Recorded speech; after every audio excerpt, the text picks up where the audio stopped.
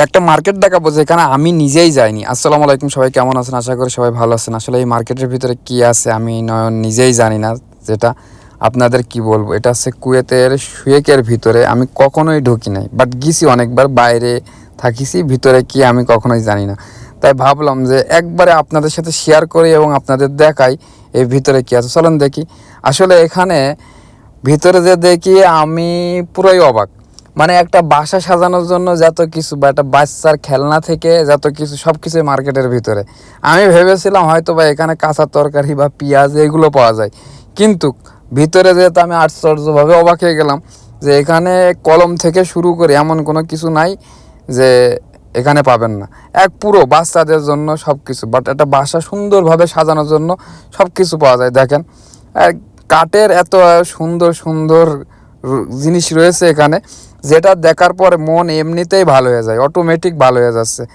আমি তো দেখে পুরোটাই অবাক যে আসলে কাঠ দিয়ে যে এত সুন্দর করে জিনিস বানানো যায় সেটা বাংলাদেশে দেখেছি, কিন্তু কুয়েতে যে আদৌ দেখা যায় এটা আমি কখনো ভাবিনি। কারণ যে দেশে কাঠ কোনো রপ্তানি হয় না, সেই দেশে কাঠ দিয়ে এত সুন্দর জিনিস বানানো।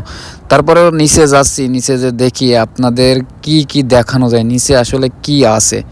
নিচে আসলে দামি দামি জিনিসই থাকতে পারে, না হলে কেন আন্ডারগ্রাউন্ডে রেখে দেবে বা সেদ্দাবে রেখে দেবে। মানে আগে দেখি, তারপরে আপনাদের দেখাই। আপনারা দেখেন, দেখেন কি সুন্দর চার মাতারা, এগুলো মাতারা বলে, বাংলাদেশে কি বলে এটা আমি সঠিক জানি না। তারপরে আপনার বুফের অনেক কিছু রয়েছে। বুফে যেমন খাবার সাজায় বাংলাদেশে, সেই খাবার সাজানোর জন্য যে জিনিসপত্র লাগে সেইগুলা দেখেন, কি সুন্দর প্লেট। আসলে আমি এখানে কোনো কিছুই কিনবো না, দেখতে আসছিলাম এক জিনিস, দেখা হয়ে গেল অন্য জিনিস। তাই বিষয়টা আপনাদের সাথে শেয়ার করছি যে আপনারাও যাতে দেখেন। দেখেন বুফের এত সুন্দর সুন্দর জিনিস রয়েছে যেটা বলার মতন না। কারণ বাংলাদেশেও বুফে আছে, এখানেও বুফে আছে, তবে এখানে বুফেগুলো অনেক বেশি চলে, বাংলাদেশের থেকে অনেক বেশি চলে এখানে। এই জন্য আর কি এত সুন্দরভাবে সাজিয়ে রেখেছে, যেগুলো মানুষ ব্যবহার করে। বাট এদেশে টাকা পয়সার অভাব নেই, তো মানুষ বিলাসিতার রাজ্যে বসবাস করে, এই জন্য মূল মন্ত্র। ঠিক আছে, এইগুলো জাস্ট আপনার সাজিয়ে রাখার জন্য। এরা তো কখনো এগুলোতে খাবার খাবে না। তাই যতটুকু পারলাম নিচে আপনাদের দেখালাম, এবং আমি উপরে যাচ্ছি সেটা একটু টাকলু মাথা আপনাদের দেখানোর চেষ্টা করলাম। টাক করে আসি বড় বিপদে, মানুষ শুধু কমেন্ট করে যে টাকু।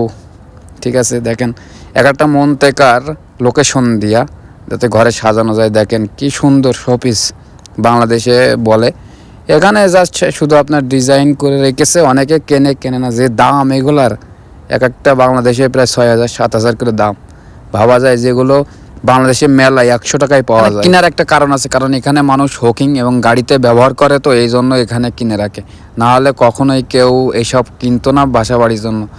বাট গাড়ির উপরে ডিসপ্লের মতন সাজিয়ে রাখে, বাইরে থেকে দেখতে অনেক সুন্দর লাগে। এবার বাইরের দৃশ্য আপনাদের ভিতরে দেখাই। দেখেন বাইরের দৃশ্য, বাইরের দৃশ্য তো এর আগেও দেখাইছি, বাট এখন একটু দেখাই। আমার গাড়ির কাছে চলে যাচ্ছি, যেহেতু আমি ভিতরে আপনাদের দেখিয়ে ফেলেছি, তাই ভাবলাম গাড়ির কাছে এসে একটু দাঁড়াই, না হলে হচ্ছে না, সময় পাস হচ্ছে না, ভিতরে ভালো লাগছে না। কারণ কি, ভিতরে একই জিনিস ঘুরে ফিরে দেখাতে আপনাদের মোটেই ভালো লাগছে না। তো সবাই ভালো থাকবেন, সুস্থ থাকবেন, এবং প্রত্যেকটা প্রবাসী ভাই